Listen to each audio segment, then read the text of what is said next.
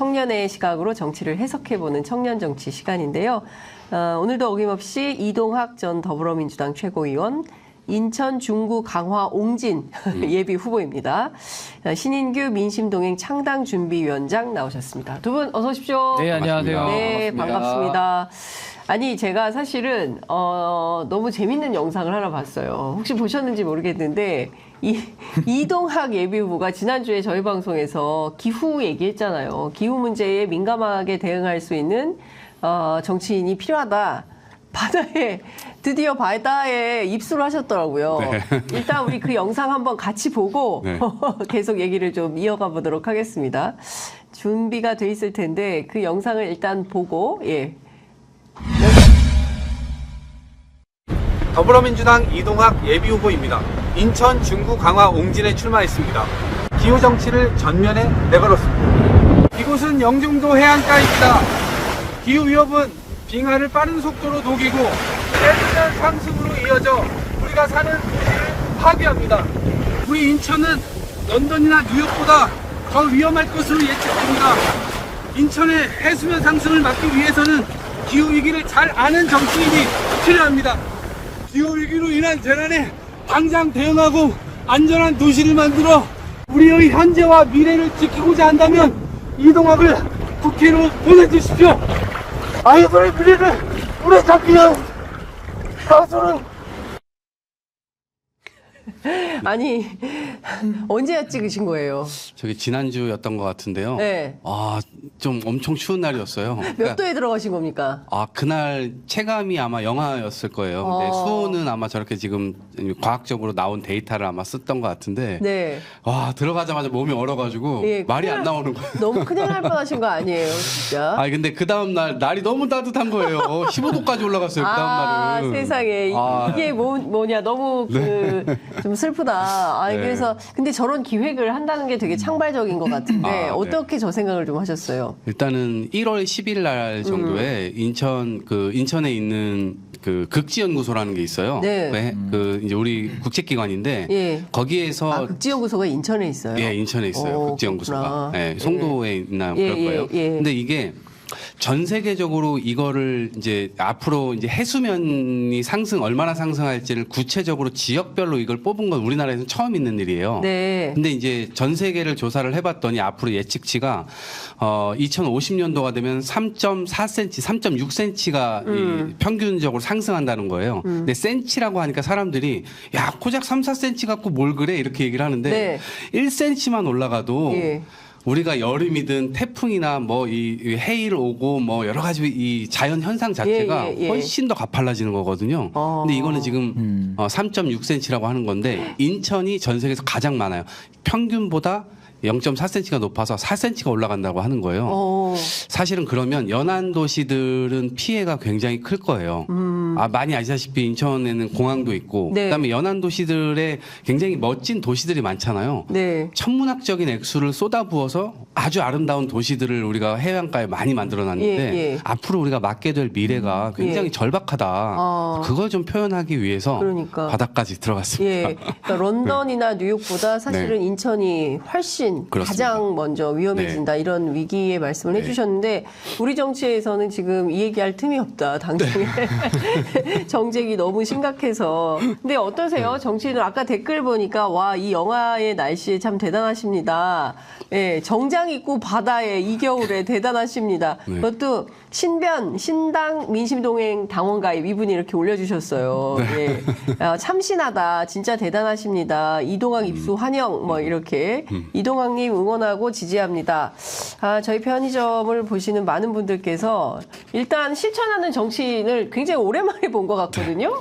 근데 저는 이 영상 뜨자마자 네. 진짜 너무 저도 참 재밌게 봐서 물론 심각한 문제지만 이걸 네. 너무 잘 풀어내셔서 당연히 네. 좋아요랑 구독을 제가 바로 눌렀고 네. 지금 이동학 최고위원께서 말씀하신 그런 기후 위기 저도 이제 이름을 제가 신인구로 제가 개명을 하겠다고 했는데 인구. 앞으로 인구라고 불러주세요. 진심입니다. 그래서 이 인구 재앙의 문제 그리고 네. 뭐 좀 안보 위기나 여러 가지 공화의 위기 이런 것들이 있는데 예. 결국 이 네 가지의 정치의 위기를 관통하는 것은 정치의 위기거든요. 그러니까 참 지금 대한민국 정치가 아까 앵커님 말씀하신 대로 너무 지금 이런 중요한 문제들을 다룰 수조차 없는 이런 상황 속에서 지금 시간은 계속 흘러가고 있거든요. 째깍째깍. 그래서 정말 이 위기가 다가오는 속도 그리고 우리가 위기를 느끼는 인식 이제 이런 것들은 굉장히 높아졌는데 이 해결이 안 되니 거기에 대해서 참 저도 더 깊이 고민해보고 우리 이동학 최고위원님처럼 네. 더 행동하는 네. 그런 정치로 꼭 네. 보답드리겠습니다. 그러니까요. 사실 최근에는 행동하는 정치인들 만나기가 굉장히 어려워요. 주로 이제 국회를 기반으로 방송국을 기반으로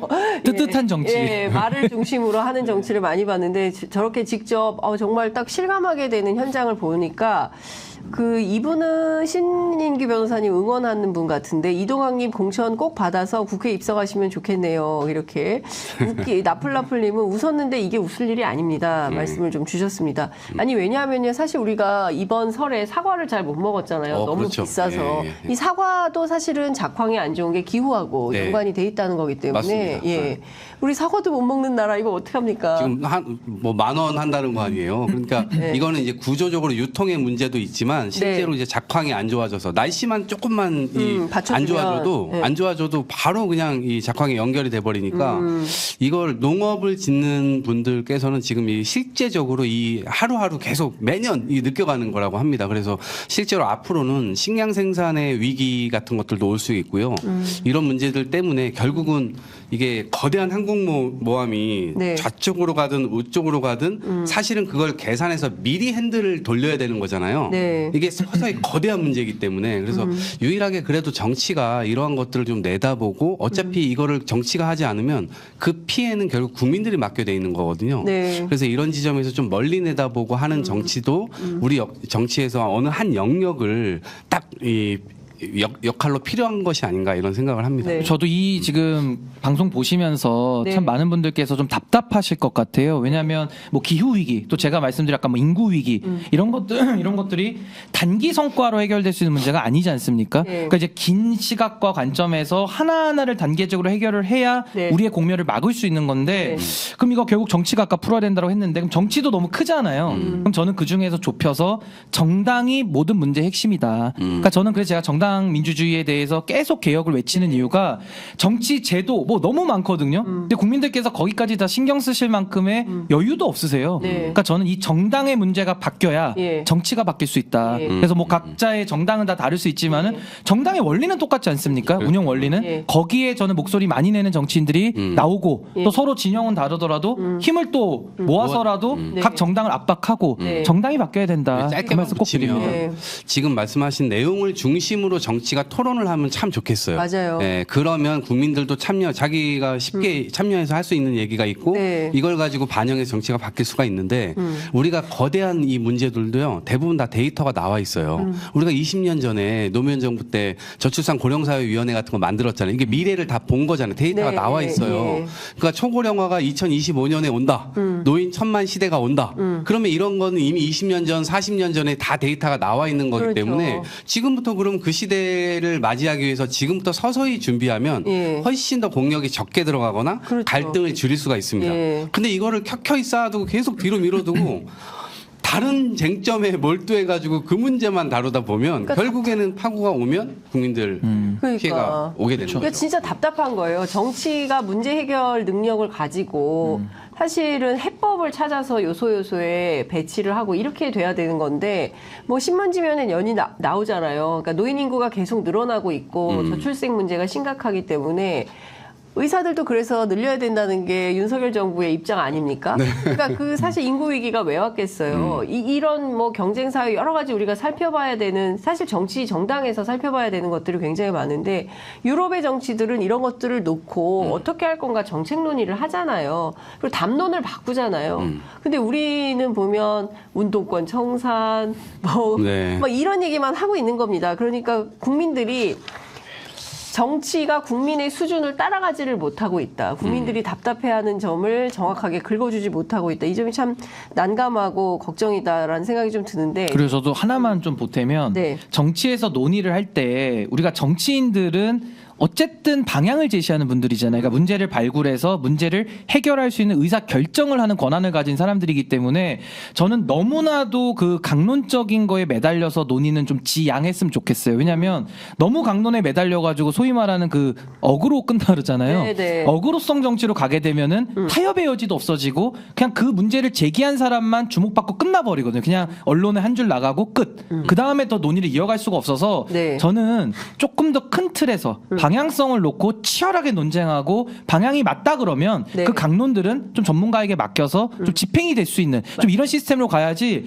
요즘 정치에서는 논의가 아예 없거나 논의를 하면은 너무 디테일을 가지고 여기서 막 숫자 가지고 이러고 있는데 그건 실무 단계에서 그냥 정해버리면 되는 문제거든요. 전문가들이 알아서 하면 돼요. 오히려 그게 제일 정확합니다. 예, 근데 예. 지금은 이 논의 구조 자체도 저는 너무 엉뚱하게 가고 있는 거 아닌가. 그러면서 문제를 발굴한 사람들은 아, 왜 나는 문제 발굴하고 있는데 당신들은 왜 놀고 있냐 또 막 이런 식으로 접근을 하니까 예. 이렇게 되면은 논쟁이 어려워져요. 그러니까 일단 담론을 갖고 논의를 해야 됩니다. 근데 일단 입틀박 정권 아닙니까? 네. 그러니까 R&D 예산 이렇게 예. 들어오니까 말도 못하는 상황이 돼버린 거예요. 뭐 어제 의사들도 뭐 그런 일을 겪었다고 뭐 이러저런 보도가 나오는데 자 일단 그럼에도 불구하고 현안인 그 공천 얘기를 좀 해야 될 것 같습니다. 네. 자 이동학 후보는 어떻게 되는 겁니까? 오늘 그 결론이 납니까? 그러니까 지난주에도 발표가 한번 날 때 아 우리 지역 나겠지 이렇게 네. 기대를 했었는데 안 났어요. 근데 네. 한 주 밀렸겠지라고 생각해서 어제 날 것으로 생각했는데 거기에도 또 포함이 안 돼 예, 있었어요. 어제 한밤에 발표가 있었습니다. 예. 그래서 오늘 발표를 하지 않을까 혹은 오늘 아니면 뭐 내일 하지 않을까 이렇게 기대를 네. 갖고 있고 예.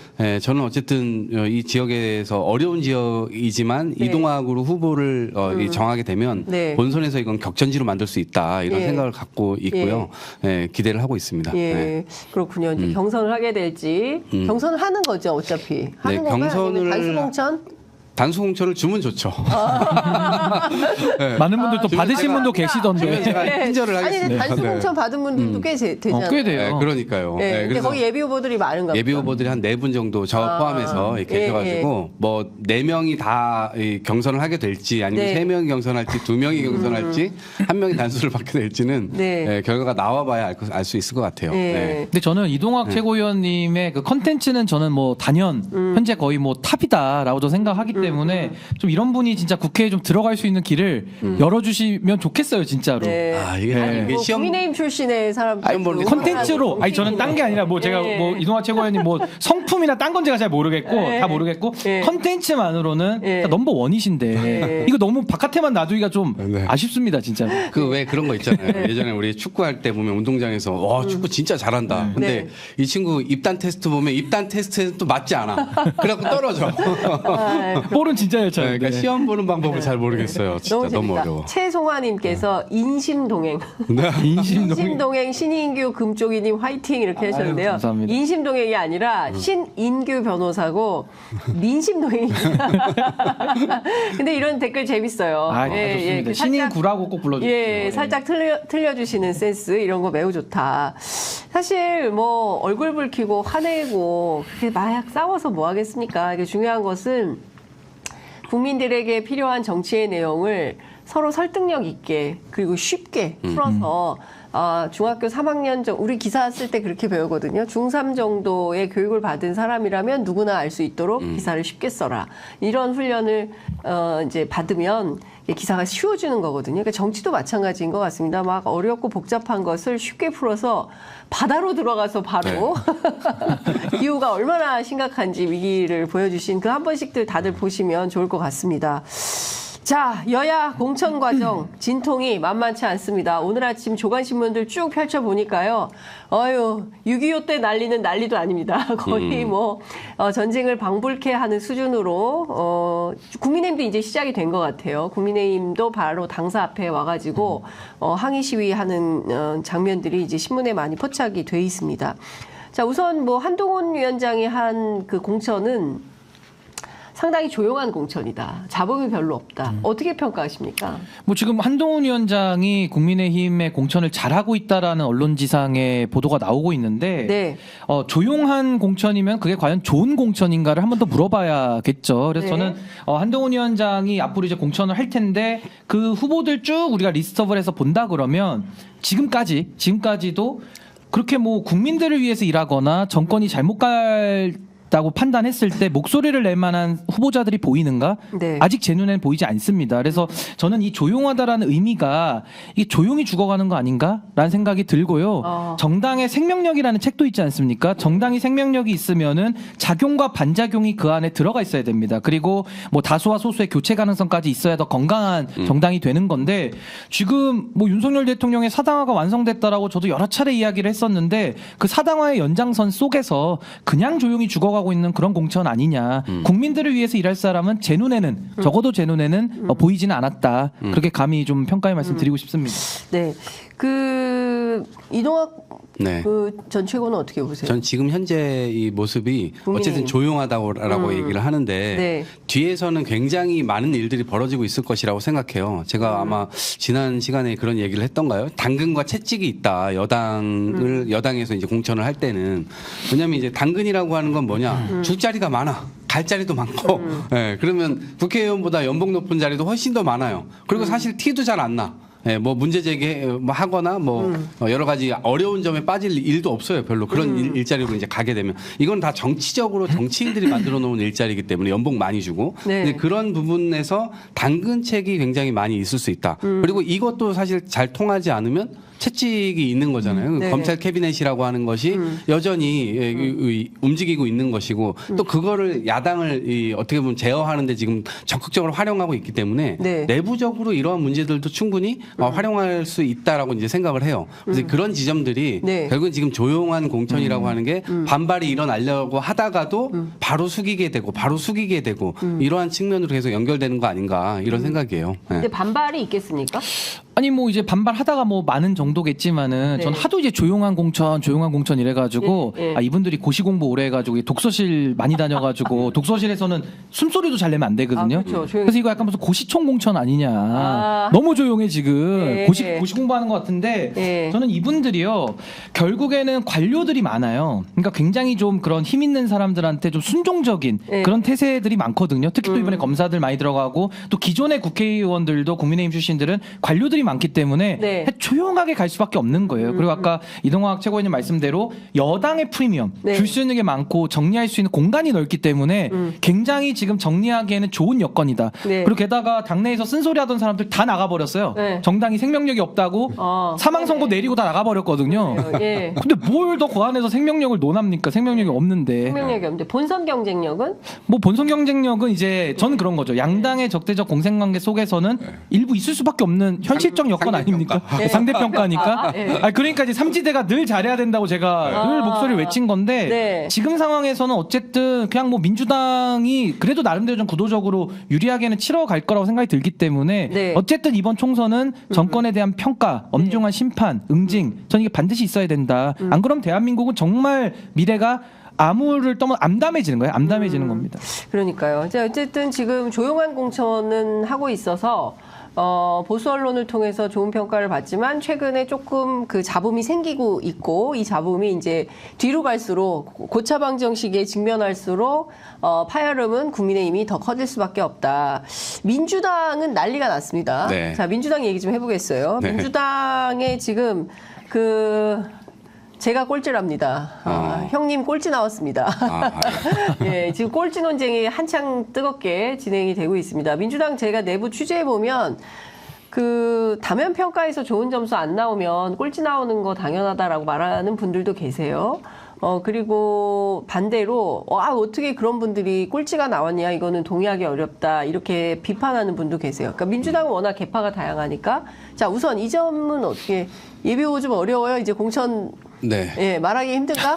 제가 얘기할까요? 얘기할까? 제가 얘기해요? 아니 할만 해야지. 예, 그렇지 이런 기계 이런 거 중요해. 네. 예. 아니 이제 평가라고 하는 게 그게 제가 2015년도에 혁신위원회 그 김상곤 혁신위원회 때 이 평가 제도를 만든 거예요. 왜냐하면 그 전에 워낙 자의적인 느낌이 많이 나니까 이거를 이제 시스템화하자라고 해가지고 선출직 평가위원회를 도입을 해가지고 그때 당시 만든 거예요. 근데 이제 그게 이제 시간이 좀 지나면서 여러 가지 이제 다양하게 어떤 이 좀 뭐 레벨업이 됐다고 해야 되나요? 그러니까 전체적으로는 의회에서의 활동과 지역에서의 활동을 평가하는 거예요. 그리고 의회에서의 활동은 뭐 출석률이라든가 법안 발의라든가 뭐 다른 평가 이런 것들이 들어가고 지역은 뭐 지지율이라든가 뭐 이 사람들 이야기도 좀 들어보고 여러 가지 이제 평가가 들어가는데 네. 저는 지금 이제 난리가 난 부분이 왜 그러냐면 내용적으로는 다 잘했다 하더라도 국민들이 보시기에 혹은 누군가 제3자가 보기에 인식 체계에서 공정하다라고 하는 생각이 들어야 돼요. 이거는 팩트와 인식 체계는 전혀 다른 상태로 돌아가요. 이미지. 네, 네. 이미지가 중요해요. 네. 공정하다라는 이미지. 근데 거기에 실패한 거예요. 왜냐하면 이명백 공관위원장의 뭐 워딩을 다른 사람을 통해서 기사가 나왔잖아요. 예. 예, 그랬던 측면이 있다라고 하는 그게 뭐 오보인지 뭔지는 모르겠어요. 어쨌든 단독으로 그런 기사들이 나오고 그 다음에 심야에 뭐 네. 무슨 밀실 뭐 만났다. 네. 뭐 이제 저는 밀실에서 비선, 밀실 막 이런 얘기가 언제든지 나왔죠. 밀실에서 만날 수 있는 건 정치예요. 사실은. 근데 그게 밀실에서 만나지 단어가 않습니까? 보통 밀실에서 많이 만나죠. 아니 따로 만나지 조용히. 네, 근데 그건 그냥 팩트로 할 수 있는 근데 거라고 공천에 영향을 보여지거든요. 주면 안 되죠. 근데 네. 인식 네. 차원에서 네. 이게 기사가 밀실에서 뭐 무슨 뭐 다른 사람들과 만났다 뭐 이런 게 이제 나가게 되는 순간 이게 이제 결합된 거죠. 그러니까 팩트 차원과 이미지가 이 결합이 딱 되면서 완전히 이제 다른 측면으로 그러니까 공정성이 약간 훼손되는 측면으로 인식이 돼버린 거예요. 네. 근데 그런 차원에서 네. 아 이게 반발이 불을 보듯 뻔하게 이제 나올 수밖에 없는 상황이 된 거 아닌가. 네. 근데 사실 국민들이 가장 좋지 않게 이제 저희도 뭐 현장에 민심 투어를 가보면 가장 말씀을 많이 하시는 게 싸우지 말아라. 정치인들 왜 이렇게 자꾸 싸우냐. 싸우지 말고 단결해서 화합해서 정치를 해라 이런 요구를 하는데 우리 신 변호사님은 어떻게 보십니까? 근데 저는 참 이 공천 논란 볼 때마다 네. 뭐 오늘은 이제 민주당 주제니까 민주당 이야기만 하겠습니다만은 시스템 공천을 굉장히 자랑을 많이 했었어요. 그래서 민주당은 투명하다, 과정도 있다, 그리고 공정하다 이 얘기를 늘 하셨는데 지금 이 공천을 둘러싼 이 사단은 조금은 그 파열음이 꽤 크거든요. 네. 그럼 과연 그 시스템은 잘 작동하고 있는가? 아니 혹시 잘못 설계된 건 아닌가? 내지는 잘못 작동되는 건 아닌가? 여기에 대한 저는 질문들은 끊임없이 나온다. 결국 공관위원장이라는 분은 결국 뭐 당대표도 마찬가지고요. 관리하는 사람들 아닙니까? 결국 기준을 제시하고 거기에 따른 사람들을 네. 합리적으로 하겠다는 건데 지금은 가만 보면은 심판이 축구 경기장에 들어와서 네. 볼 들고 뛰는 거예요. 심판이. 그럼 안 되잖아요. 공관위원장 심판이고 네. 휘슬만 잘 불면 되는 건데 네. 공을 들고 뛰어버리면 아까 말씀하신 뭐 밀실 이런 얘기 나오는 거거든요. 그래서 저는 민주당의 시스템에 대해서도 상당히 이건 좀 문제가 있을 수 있다. 그래서 공천이라는 게 결국에는 선의의 경쟁, 당내 사람들끼리 경쟁이 돼야 되는데 지금 이게 전쟁으로 가고 있다. 이건 좀 잘못됐다고 보고 그러면 제가 생각하는 이상론의 공천은 뭐냐? 저야말로 정말 그 시스템 공천이란 말 쓰고 싶은데 민주당 때문에 못 쓰겠어요. 근데 제가 얘기하는 건 뭐냐면은 체계적 공천으로 하시죠 그러면. 아 그럴까요? 체계적 시스템 공천 하겠는데 사전에 기준을 명백하게 줘야 돼요. 사전에. 근데 지금은 공관위원장 들어와서 총선기획단을 해서 기준을 늦게 만들다 보니까 사전에 기준이 전혀 없어요. 아니 제가 취재한 바로는 사전의 기준은 있고 지금 만들어진 그 기준표는 2015년 그러니까 김상곤 혁신위 때 만들어진 내용이고 예, 그 내용은 보면 굉장히 세부안이 많아요. 그래서 그거를 제가 공개해도 되냐 그랬더니 그건 공개하면 안 된다고 그러더라고요. 내부 자료이기 때문에 공개하면 안 되는데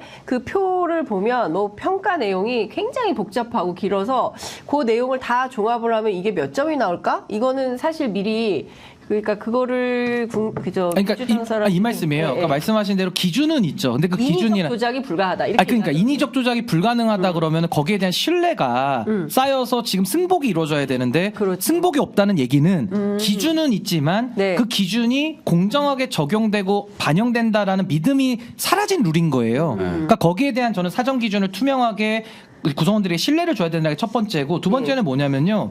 이 공천을 상시적으로 저는 관리하고 평가해야 된다고 보거든요. 그러니까 그걸 이제 기준을 미리 정했기 때문에 그 기준에 따라서 하면 네. 거기에 따른 뭐 포인트가 쌓이든 뭐가 쌓이든 내 걸로 만들 수 있다라는 이 공정한 보상 체계를 과정에서 만들어야 되는데 이게 지금 좀 안 돼 있다. 그래서 저희는 이제 뭐 액티브 시스템이나 CRM을 통해 가지고 일거수일투족을 다 남겨놓는 시스템으로 이제는 평가를 이제 민심동에서 이렇게 하려는 거고 네. 마지막으로는 좀 다원주의적인 평가가 필요해요. 필요해요. 결국에는 점수만 가지고서 다 한다면은 또 기계적 공천이 되기 때문에 뭐 후보 경쟁력이나 이런 게 안 되지 않습니까? 그러니까 예외적으로는 그런 다원주의적인 다면 평가를 통해 가지고 좀 이제 조정할 수 있는 정도, 요 정도가 좀 현실적인 이상 아닌데 어쨌든 민주당은 기준까지는 만들었어요. 거기까지는 있는데 이것도 지금 작동하지 않는 이런 시스템이 지금 이 공천 사단의 지금 중심 아닌가. 그러니까 저는 참 이 공천 문제에 대해서 늘 총선 앞두고 뭐 거의 매번 반복되는 노래처럼 이렇게 나오고 있기 때문에 네. 좀 이제는 좀 정상적인 정당에서의 그런 시스템을 좀 만들어 나갈 그런 고민이 좀 필요하지 않나. 저는 생각이 좀 이거 듭니다. 저기 이동학 그 최고께 이것 좀 여쭤보고 싶은데요.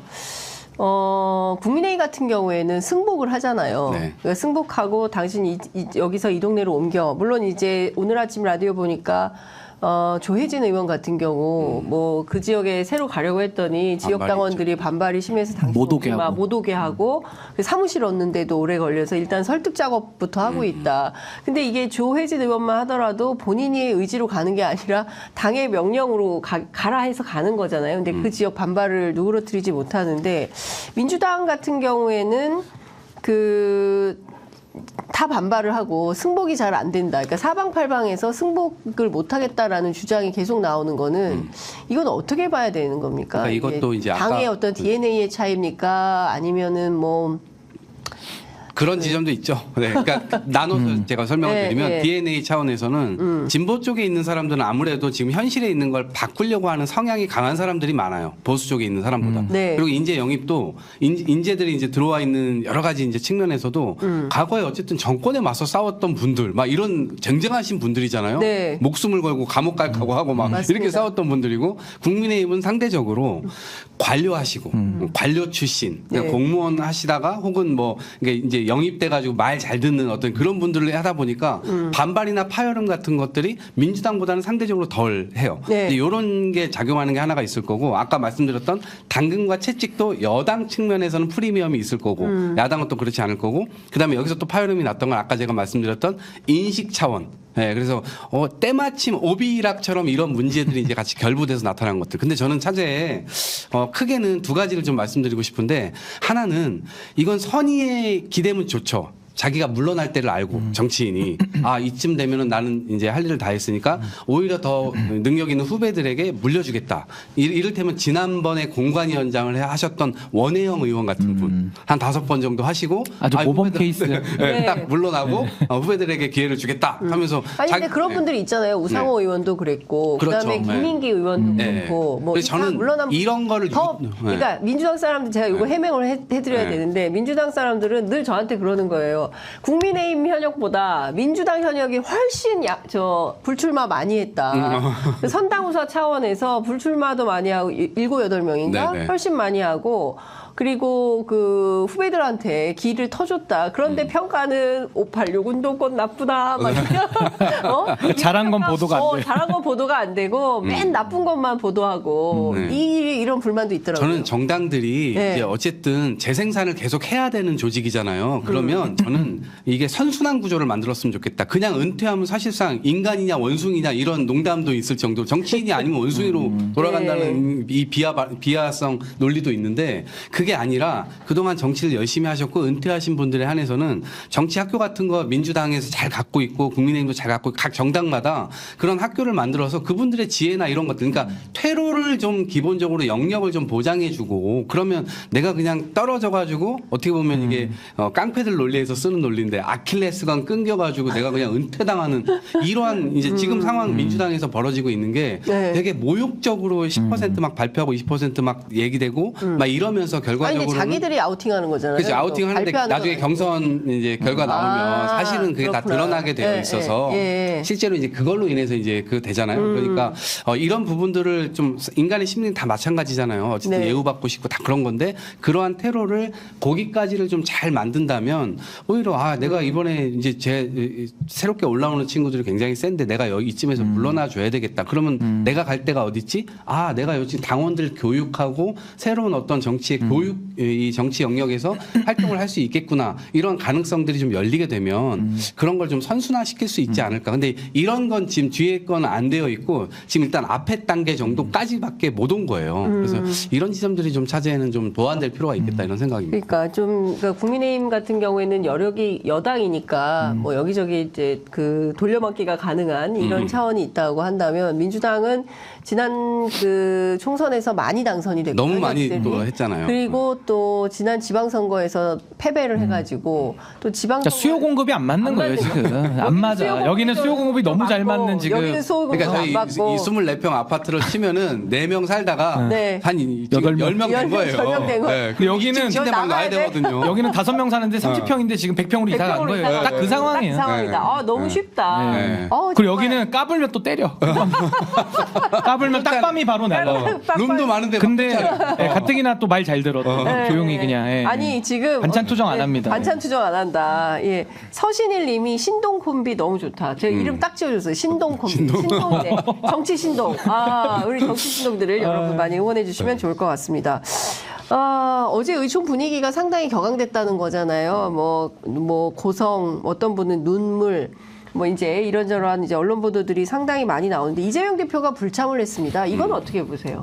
그러니까 이제 저는 민주당이 지금 얼마만큼 힘든지를 그대로 보여준 한 장면 아닌가라는 네. 생각이 들고요. 아마 네. 전 이재명 대표가 당내에 대해서 여러 가지 지금 뭐 당 장악을 하려는 의도가 왜 없겠어요? 그건 뭐 전 나쁘다고 생각 안 합니다. 어느 당 대표나 당연히 그립을 지고 하는 거지. 그걸 네. 비판할 생각은 없는데 네. 뭔가 지금 구성원들에게 신뢰를 얻는 수준까지는 못 간 상황에서 이제 공천은 해야 되는 이런 상황. 그리고 뭐 앞선 선거 때부터 민주당의 끊임없는 논리가 이제 대안부재론 때문에 이재명 대표 중심으로 계속 온 건데 네. 또 그거를 비주류 입장이나 반대쪽 입장에서도 생각을 해보면은 그러니까 당권이 없는 사람들 입장에서는 아 그럼 뭐 계속 물러나는 것도 없고 계속 하냐 뭐 이런 식의 저는 불만들도 좀 쌓여 있던 것들이 네. 이번에 뭐 박용진 의원 뭐 하위 10% 발표 나고 뭐 김영주 뭐 부의장께서도 상당히 좀 모욕적이다라고 느끼시는 이런 발언들이 나오면서 그럼 뭐 밀실 보도 이런 것들이 정말 아우러지면서 지금 이재명 대표는 거의 코너에 몰려 있고 저는 어제 어디서 가장 크게 봤냐면 두 분 총리님들이 입장을 낸 거. 네. 이 굉장히 좀 뼈아플 거다. 그러니까 김부겸, 정세균 두 총리가 이렇게 가면 우리는 선거운동 못 도와준다 수준까지 이야기를 했기 때문에 지금 이재명 대표는 큰 결단이 요구되는 그런 좀 시점까지 온 거 아닌가라는 생각이 좀 듭니다. 저는 근데 이런 거는 어떻습니까? 이동학 네. 최고. 일단 좀 기획을 잘해서 그 국민의힘처럼 잡음 없지 최소한 이 잡음을 빠르고 최소화시켜서 딱 넘겨버리는 이런 센스, 세련됨 뭐 이런 것들이 부족하다라는 비판이 있지만 한편으로는 당 내에서 승복하지 않고 그러니까 당신은 이렇게 해서 어디로 가십시오 하는데 난 여기 아니면 못 가 이렇게 이제 알박기 버티는 분들도 계시고 그리고 그 전직 총리 두 분이 나서서 사실상 이재명 대표 그 거취 표명 안 하면 안 돕겠다. 이재명 대표 입장에서는 어떤 측면에서는 좀 겁박으로 들릴 수 있을 것 같아요. 그리고 끊임없이 이제 리더십을 흔들었잖아요. 뭐 비대위를 출범해야 된다, 뭐 등등등등. 이게 이재명 대표의 문제입니까? 아니면 당내 구성원들이 사실상 엘리트여서 이재명 대표를 인정하지 못하겠다, 인정 안 하는 측면. 제가 너무 오늘 질문 센가요? 그런 겁니까? 아니, 이제 이동학 지금 저 공천심사 얼마 안 남아가지고. 아니 그래도 뭐 생각은 말할 수 있죠. 예. 그러니까 이제 이런 거죠. 제가 왠지 저는- 안 좋은 길로 밀고 있는 것 같아요. 20년 어떻게 보면 친문이라고 하는 그 단일했다고 해야 되나? 그러니까 색상이 좀 비슷한 그 기류로 민주당이 쭉 그 주류 중심으로 끌고 왔었던 건 맞아요. 근데 지난번 대선 경선을 기점으로 해서 그 기조가 아니라 전혀 다른 어떻게 보면 변방이라고 본인은 계속 표현했는데 지방 정부의 수장이었고 그다음에 또 경기도지사까지 했었고 이러면서 전혀 다른 길을 걸어온 인물이 당 대표가 되면서 저는 이게 민주당이 20년 동안의 어떤 그 기조가 확 바뀌는 순간이라고 좀 봤거든요. 역사의 어떤 주류가 좀 바뀌는 거다. 민주당 내에서. 그럼 이제 그런 부분들이 있는데 어쨌든 당 전체적으로는 지지율이 굉장히 높은 정치인이지만 국회의원들 사이에서는 이제 그런 게 아닌 거죠. 그러니까 일종의 이재명 대표 역시도 그 입장에 생각을 해보면 그 판을 좀 바꾸고 싶을 거예요. 근데 이제 저는 이 과정에서 국민의 지지를 잃어가는 방식이면은 굉장히 곤란할 거다 앞으로. 또 국민의 지지, 국민 속에서 살아 있으면 7명 그 실제로 그런지도 모르겠지만 어쨌든 그 7명 국회의원과 함께 그냥 대선 주자까지 됐던 거 아닙니까? 그러니까 이 과정이 저는 잘 관리됐으면 좋겠다라는 생각이고 어차피 새로운 이 틀로 가려면 혁신이나 이런 부분들을 추진하기 위해서는 불협화음은 전 불가피하게 일어날 수밖에 없다라고 생각을 해요. 내가 뭐 누구 편들고 이런 게 아니라 네. 기본적으로 그런 길을 갈 수밖에 없는 거예요. 근데 다만 어제 의총에서 여러 가지 이제 문제들이 있었던 것은 아까 말씀드렸던 오비락적인 상황도 있었을 것이고 네. 또 하나는 아마 현역 의원들 입장에서는 받아들이기 어려운 모욕적인 여론조사 같은 게 네, 막 돌고. 어디서 돌리는지도 모르고 자기 이름 선대위원장이 빼고 그만둬버렸잖아요. 책임 네, 묻히고. 그러니까 자기 이름 빼고 막 돌아가는 예, 게 있으면은 이건 당연히 이건 나를 완전히 이제 배제하려고 배제하고 하는 거야? 되는 뭐 거다 이런. 이렇게 예. 되니까 그러한 반발이 또 나올 수밖에 없는 것 아닌가. 그래서 과정 관리가 예. 이재명 대표가 지금 공천에 확실하게 뭐 모든 걸 다 관여하고 있다 이렇게 보진 않지만 예. 공천관리위원회든 아니면 이 사무처든 이런 부분을 좀 잘 관리를 해야 되는데 그 관리에 대해서 굉장히 미흡한 거 아닌가 이런 생각이. 네. 그러니까 저는 좀 조금 더 세련되게 그리고 조금 더 잡음 없게 좀 더 정치하게 이렇게 잘 했다면 이런 문제가 안 생겼을 수도 있는데 그런 것은 역시 정치의 미숙이다 이렇게 봐야 됩니까? 근데 제가 이재명 대표가 저는 반성과 성찰이 뭔지 모르겠다. 저는 계속 지적해오고 있고 그것이 이제 민주당의 변화와 개혁과 혁신을 가로막는 네. 장애물은 아닌가. 저는 꾸준히 그 말씀을 계속 드립니다. 뭐 사법 리스크까지 안 가더라도 네. 정치인 이재명을 평가를 해야 되지 않겠습니까? 근데 거기에 대해서 저는 어느 당대표나 다 어렵다고 생각해요. 왜냐하면 선명한 자기 색깔로 아마 그 자리에 오셨을 거고 네. 그 자리에 와서는 자신의 선명성과 당내 통합이라는 이 두 가지 어려운 거를 그러니까 집토끼와 산토끼를 동시에 만족시키는 작업을 늘 끊임없이 상호작용을 해야 되니까 누가 당대표 돼도 전 되게 어려운 거라고 생각이 드는데 이재명 대표는 변방의 신화 같은 인물이잖아요. 그러니까 성남시장을 하다가 8년 만에 경기 뭐 대선 주자도 되고 뭐 네. 경기도지사에서 또 잘해가지고 또 당대표까지 되고 대선 주자 되고 그러니까 이런 신화 속에서 이분이 성장해 왔는데 냉정하게 말해보면요 당대표 된 이후에 1년이 넘었는데 당내 성과가 뭐가 있나요? 냉정하게. 그리고 지지율도 지금의 국민의힘 너무 제가 아까 생명력도 없는 정말 이제 죽어가는 정당이라고 얘기했는데도 그 죽어가는 정당보다도 5, 6%가 낮게 나오면 이건 뭔가 좀 돌아봐야 되지 않나요? 그러니까 거기에 대해서 돌아봄이 만약에 있고 만약에 지금 같은 부정평가가 60%가 고착화돼서 오래 지속된 상황이라면 양당제 구조에서 민주당은 지금 지지율이 가만히 숨만 쉬어도 50%가 나와야 정상이에요. 근데 그 50%가 아니라 오히려 15% 정도 더 빠져있는 이 상황. 네. 그러니까 당내에서도 이재명 리더십에 대해서는 뭐 사법 리스크도 있지만 그걸 네. 떠나서도 당내에서 보여준 성과가 뭐가 있느냐. 그러니까 그 지지율의 문제로도 저는 뭐 두 분 총리나 다른 비주류 분들이 충분히 저는 문제 제기를 할 수 있는 상황까지 왔다. 근데 여기에 대해서 당내 민주주의가 약화되다 보니까 이재명 대표에 대한 쓴소리가 아주 안 좋은 방향으로 나와서 아예 당을 나가버리거나 아니면 당내에서도 좋게 이게 융화되거나 소화되는 방식으로는 논의 구조가 안 가는 것 같아요. 그러니까 이제 자꾸 이게 어려운 문제가 안 풀리는 이 악순환의 고리에 좀 빠져 있다. 저 그렇게 진단합니다. 네. 근데 좀 앞으로 네.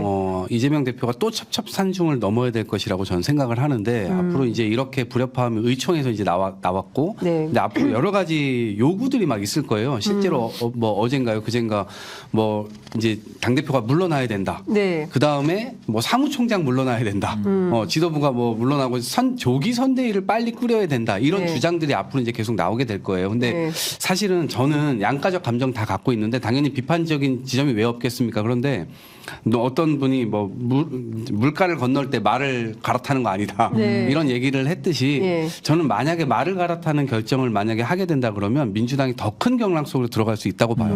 그냥 불가피하다고 봐요. 지금 이 지점에서는 이재명 대표가 그냥 밀고 나갈 수밖에 없다. 그리고 그걸 다 감수하고 나중에 책임을 지는 방식으로 이거를 발현할 수밖에 없는 거 아닌가 이런 생각이에요. 그래서 지금은 여러 가지 이제 외풍이나 내풍 이런 것들이 이제 있겠지만 이런 지점들을 어쨌든 뚫고 나갈 수밖에 없는 것 아닌가. 네. 이제 와가지고 이제 모든 기조를 바꾸고 이렇게 하기에는 저는 현실적으로는 쉽지 않다라고 생각하고 저는 당인의 한 사람으로서 결과가 나오면 저도 승복할 테지만 다른 많은 분들도 이런 이 과정에서 어쨌든 자기의 이익 혹은 높은 공익 여러 가지 이제 자기 삶을 걸고 도전을 하시는 것이라서 이런 부분들에 대해서는 굉장히 서운한 점도 있을 수 있고 그렇지만 결국에는 윤석열 정부 거대한 심판이라고 하는 거 그 속에서 국민들이 고통받고 있다라는 거 이러한 더 거대한 어떤 대의를 보고 결국 당에서 이렇게 결정하는 것은 결국은 따라가야 되지 않나 저는 약간 마음이 아니 그런 뭐 마음이 저도 비슷한 생각인데 그러니까 이재명 대표가 뭐 문제점이 여러 가지 노정돼 왔지만은 지금 상황에서 그러니까 총선이 41대로 떨어졌잖아요.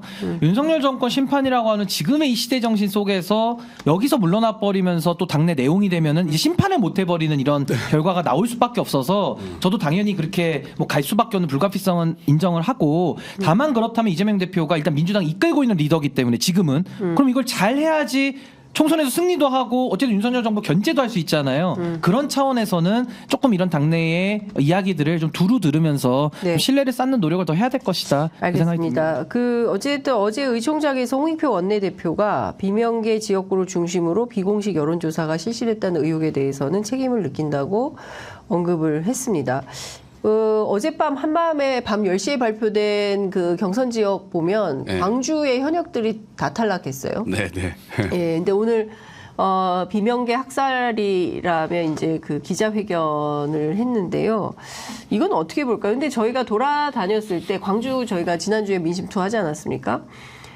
현역들에 대한 평가가 안 좋았다. 그거는 저희가 이제 그 전남메일인가요? 그 기자를 통해서도 확인이 되고 민심을 통해서도 확인이 좀 됐는데, 이걸 비명 친명으로 봐야 되는 건지 아니면 뭐 개혁 반개혁 이렇게 봐야 되는 건지 어떻게 보세요? 저는 광주의 경우는 네. 이제 그 아마 시청자분들께서도 많이 생각하실 텐데 광주라고 하는 건 호남이라고 하는 건 민주당의 심장이잖아요. 네. 그런데 저는 심장이 지금 멈췄다고 생각하거든요. 그러니까 많은 청년 당원들 그렇게 생각하고 있어요. 아, 그래요? 왜 그러냐면 네. 사실은 DJ라는 아주 걸출한 대한민국 역사에 남을 만한 대통령을 배출해냈고 네. 이 분의 삶도 민주당이 자기고 자기가 민주당의 삶을 사신 거예요. 민주당이 너무 소중했단 말이에요. 그러니까 이 호남을 중심으로 대한민국이 앞으로 나아가야 될 방향, 비전 이런 것들을 다 설계하면서 쭉 호남 이 정치 의식이 굉장히 높은 시민들이잖아요. 근데 이제 안정적인 지역구에서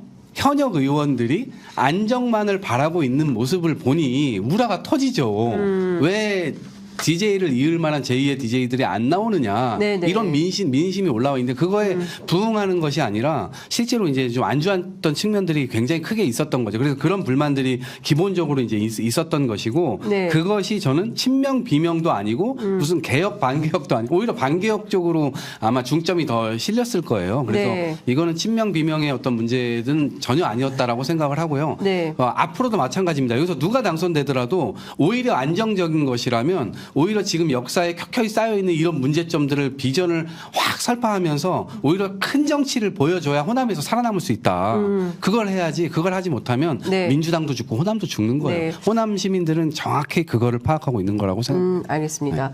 오늘 아침 출근길에 한동훈 위원장이 그 민주당은 지금 뭐 대장동 변호하는 그 변호사들이 대거 공천이 됐기 때문에 대장동 공천이다 이제 이런 비판을 하면서 그리고 어제 그 의총을 통해서 발표된 바에 따르면 그 진보당 그다음에 새진보연합 뭐 이렇게 합쳐서 통합형 비례정당을 이제 그 지역에서 지역구 단일화하고 그리고 또 그 비례 순번도 앞순위로 배치하고 이제 후순위로 민주당이 가겠다 이제 이런 입장을 밝혔는데요.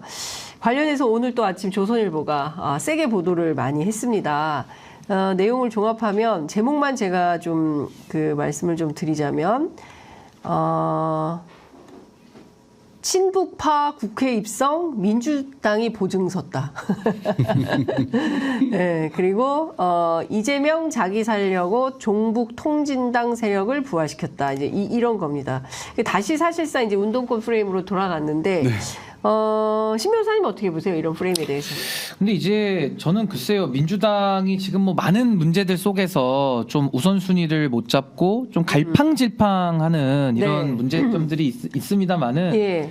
우리가 보통 이렇게 뭐 이념의 스펙트럼 이렇게 얘기를 하잖아요. 네. 그럼 뭐 과거 운동권 있고 뭐 친북운동 했던 분도 있고 뭐 되게 복잡합니다. 뭐 과거에 통진당 해상까지 우리가 다 겪었기 때문에.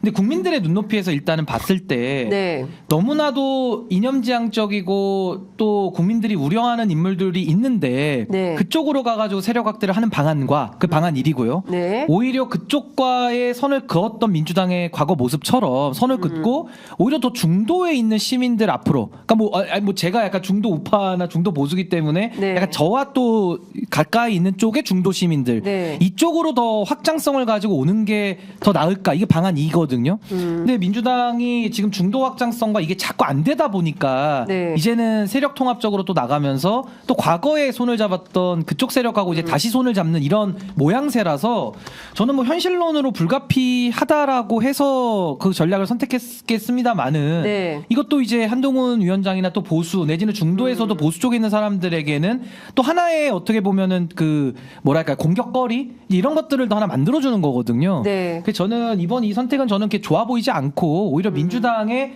색깔, 민주당의 개혁성 그리고 이제 세대 교체성 네. 뭐 이런 것들에 좀 더 부각을 시켰으면 민주당이 장점이 많은 당인데 그 본인들이 살려야 될 걸 못 살린다라는 느낌이 좀 많이 좀 들었습니다. 저는. 네. 어떻게 보세요? 이게 이제 저는 연합 정치를 한번 시행해 보는 시범이다. 그러니까 제도가 한번 들어서고 난 다음에는 이게 바로 적용 뭐랄까 땅이 굳듯이 네. 제도가 딱 굳어 있는 상태는 아니잖아요. 이걸 만들어가는 이제 그 과정인데 네. 저는 이제 연합 정치의 시동을 건 것이라고 생각하고 여기에 뭐 누군가를 뭐 확실하게 우리 팀이다 이런 건 아니잖아요. 어쨌든 연합에서 선거를 치른다는 것이고 네. 그리고 이제 여기에 보면 그 진보당은 3석, 그다음에 네. 비례 그 용해인 이쪽엔 또 3석, 예. 그리고 4석을 시민사회 쪽에 일단 또 창구를 열어놨어요. 그리고 이제 앞으로 이제 민주당에서도 여기에 이제 사람들이 좀 배치가 될 텐데 네. 그 포석은 아마 남아 있을 것이라고 저는 생각해요. 예를 들면 좌측이 아니라 또 오른쪽에 있는 예를 들면 안보 전문가라든가 네. 또 대기업 기업 전문가들이라든가 이런 사람들도 충분히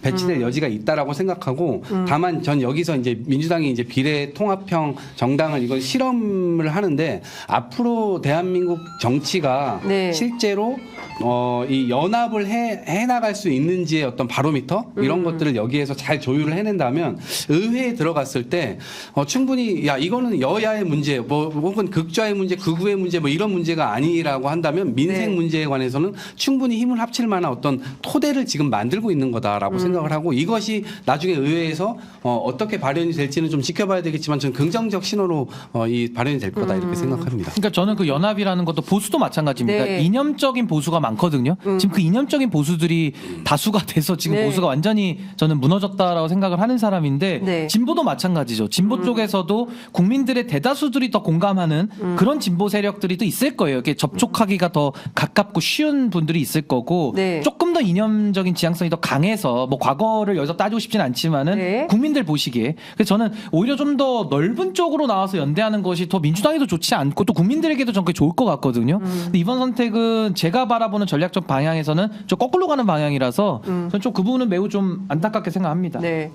아, 저는 오늘 두 분 토론을 들으면서 역시 조선일보는 힘이 세다.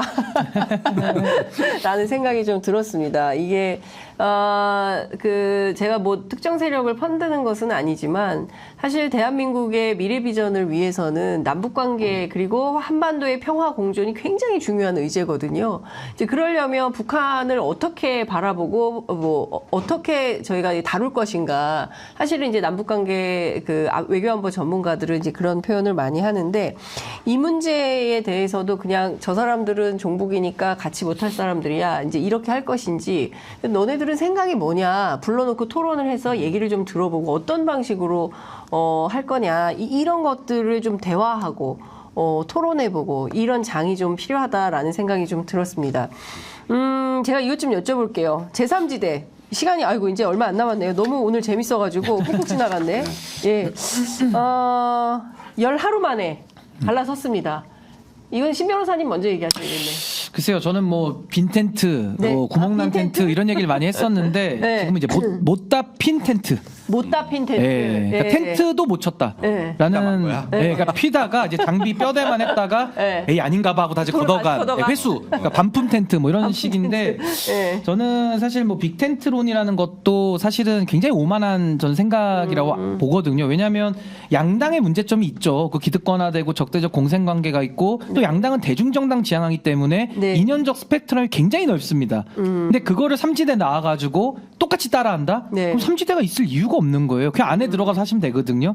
근데 이분들이 반명과 반윤으로 나와가지고 전직 대표들이 했기 때문에 저는 뭐 이준석 대표가 총감독이고 이낙연 대표가 저는 주연 배우였다고 저는 생각은 합니다만은 이분들 나와가지고 국민들 앞에 양당 손가락질하고 새롭게 해보겠습니다. 미래를 열겠습니다. 이름도 개혁신당이에요. 네. 새로운 개혁의 당. 근데 당도 못 만들잖아요. 근데 무슨 새로움이 있고 무슨 개혁이 있습니까? 저는 국민들 앞에 정치인들의 선언은 무거워야 된다고 보거든요. 말을 한 번 했으면 좀 지켜야죠. 그리고 번복을 하더라도 국민들이 수긍을 해줄 때 본인들이 역할이 더 생기는 건데 요즘은 말을 뱉어놓고 안 지켜도 그냥 남 탓하기 바쁘고 자기 변명으로 다 정당화를 시켜버려요. 그래서 전 이번 빅텐트의 시도도 잘못된 원칙 속에서 원칙 없는 이합집산을 하고 정치공학적으로 한 거기 때문에 이번에 관여된 많은 정치인들은 전 여기에 대해서 책임을 지고 그리고 국민들 앞에 이번 총선에서 저는 좀 심판을 받을 수밖에 없다라는 생각이 좀 듭니다. 어떻게 생각하세요? 저는 명절 앞두고 급작스럽게 막 이제 합치는 느낌이 났잖아요. 그러게요. 예, 왜 그랬어요? 소름 명절 들었죠. 앞두고. 서울역 네. 가가지고. 그래서 서울역. 알록달록 갖고 알록달록. 있고. 아 이거 순살 텐트 되겠다 이런 생각을 했었거든요. 여기도 순살 텐트. 그래서 반품 야, 텐트 좋지 않습니까? 반품 텐트, 순살 텐트. 네, 그래서 예. 그렇게 될 것 같다. 그리고 뭐 아기 돼지 삼형제 그 이소부화가 생각나더라고요. 동화가. 그게 첫 번째 그 막내 집으로 결국 다 도망가서 튼튼한 집으로 가긴 하는데 그렇죠. 이거는 지금 약간 그 첫째 돼지가 지은 약간 볏집으로 지은 집. 늑대가 나타나가지고 후 불면 다 날아가는 그런 집이 돼버린 거예요. 결과적으로. 근데 저는 사실은 제3지대가 굉장히 중요하다라고 생각하거든요. 이 양당은 어쨌든 상대평가를 받기 때문에 상대방만 잡아뜨리면 내가 되는 구조니까 네. 이 구조를 그나마 견제의 구조로 바꾸려면 제3지대 건강한 세력이 있어야 되는 것이고 이걸 통해서 양당이 자극을 받는단 말이에요. 그러면 못할 것도 그냥 더 잘하려고 하고 이러는데 지금 제3지대가 질이 멸렬 이렇게 순살 텐트로 가버리는 순간 대한민국 정치도 굉장히 어려워지는 상황으로 간다라고 생각해요. 그래서 오히려 이 제3지대가 잘 되려면 차라리 반윤을 세게 쳐가지고 그냥 여기에만 몰빵해가지고 메시지를 다 통일해서 내든가. 근데 그게 아니라 서로에게 너무 혼수 많이 오고 그게 지금 벼수로 지은 집에 거기다가 무슨 침대를 넣겠다 그러고 장롱을 넣겠다 그러고 이런 걸 서로에게 요구를 하니까 그거 하다가 결국에는 이렇게 좀 깨지게 될 수밖에 없었던 운명 아닌가. 그래서 근데 저는 이게 10년 주기의 에너지가 모이거든요. 근데 네. 그동안에 뭐 삼지대 실험 많았고요. 네. 아마 안철수라고 대표되는 그 정치인이 그동안 많은 지분을 갖고 있다가 이제 양당으로 수렴이 돼서 안타까운 결과가 됐지만은 이번에 또 모처럼 안철수 현상 이후에 10년 만에 또 이 기회가 왔어요. 근데 네. 이 기회를 이낙연, 이준석 이 두 정치 지도자가 본인들의 방법을 써서 완전히 그 에너지를 저는 사장시켰기 때문에 저는 삼지대에 나와 있는 입장에서는 너무나도 정말 피를 토하는 심정으로 안타깝고요. 그렇지만 저는 그래도 원칙을 가지고 어느 제세력만큼이라도 좀 국민들의 곁으로 가는 노력을 더 끊임없이 해야 된다. 그래서 뭐 저한테도 많은 분들이 요즘 뭐 메시지 많이 주세요. 빨리 들어가래요. 어디라도 제가 어디 들어가? 아니 뭐 말씀 걱정해 주시는 아니 뭐 국힘에 가라는 사람이 있고 민주당 가라는 사람이 있고 또 있고. 개혁신당을 가라는 사람도 있더라고요. 네. 제가 다 저에게는 선택지가 아닌 당들을 가라 그래가지고 아니 우리 당이 있는데 네. 그래서 저는 민심동행 창당 작업에 더 박차를 박차를 더 가하고 예. 평범한 아니, 근데 어떻게 시민들이 상당하는 거예요? 아니 근데 이게 네. 아니 저도 뭐 자기 변명을 좀 하자면 정치 불신과 혐오가 굉장히 심각하기 때문에 제가 당원들 매일 모집하러 나가거든요. 근데도 사람들이 정치에 대한 불신 때문에 들어오는 걸 굉장히 꺼려하세요. 그래서 저는 이게 시간이 더 걸리겠다라는 생각도 들고 네. 그럼 시간 걸려도 해야죠. 필요한 일이면 해야 이게 된다라고 된다고 생각합니다. 네. 이 중요한 것은 그 어떤 나라를 꿈꾸고 있는가 그리고 대한민국의 어떤 미래를 만들려고 하는가. 저는 여기에 방점이 찍혀야 된다고 생각을 합니다. 그러니까 지금 내가 오르네, 네가 오르네 막 서로 내 탓하면서 정쟁을 일삼고 있지만 그래서 국민들이 피곤해하는 거거든요. 그렇죠. 네. 네, 그러니까 그런 소리 말고 정말 일상에 도움이 되는 그런 정치의 내용을 가지고 좀 승부를 해야 된다라는 판단을 하는 겁니다. 이렇게 되다 보니까 지지자들도 네 편 내 편 나눠서 광화문이 이제 둘로 쪼개지는 것처럼 이런 현상이 계속 지속되고 있다. 이게 바로 국민의 불행이고 대한민국의 불행이라고 생각을 합니다. 그러니까 저희가 편의점을 연 이유는 도대체 우리나라가 어떤 나라가 돼야 되는가? 그리고 우리 아이들에게 어떤 미래를 물려줄 것인가? 기후 때문에 인구 재앙 때문에 일본은 지금 빈집이 넘쳐난다는 거잖아요. 그렇죠. 그래서 외국인들이 가서 이제 빈집을 수리해서 살기 네. 시작했다. 저한테 저 제안 받았어요. 도시기에. 네, 그래 인천에 너무 아니, 훌륭. 나 그 책 보고 진짜 아, 감동받았어요. 글도 잘 써. 바닷속에도 너무 잘 좋은 들어가고.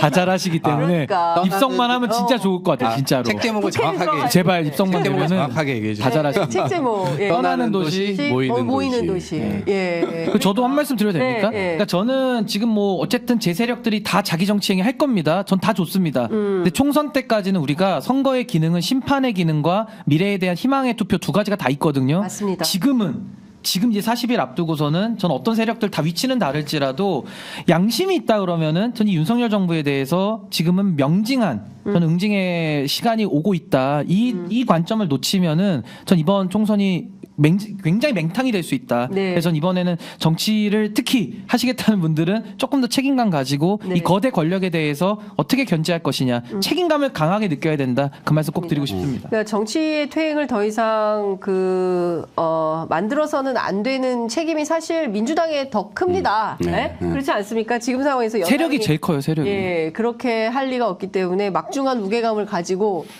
언제 발표된다고요? 오늘 네. 오후? 오늘 오후 발표 될 것 같아요. 예, 저희가 좀 지켜보도록 하겠습니다.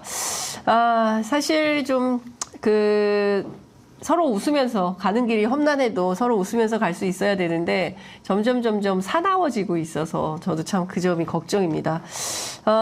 오늘 두 분 말씀은 여기까지 듣도록 하고요. 저희가 다음 주에 또 뵙도록 하겠습니다. 오늘 말씀 잘 들었습니다. 고맙습니다. 네, 감사합니다.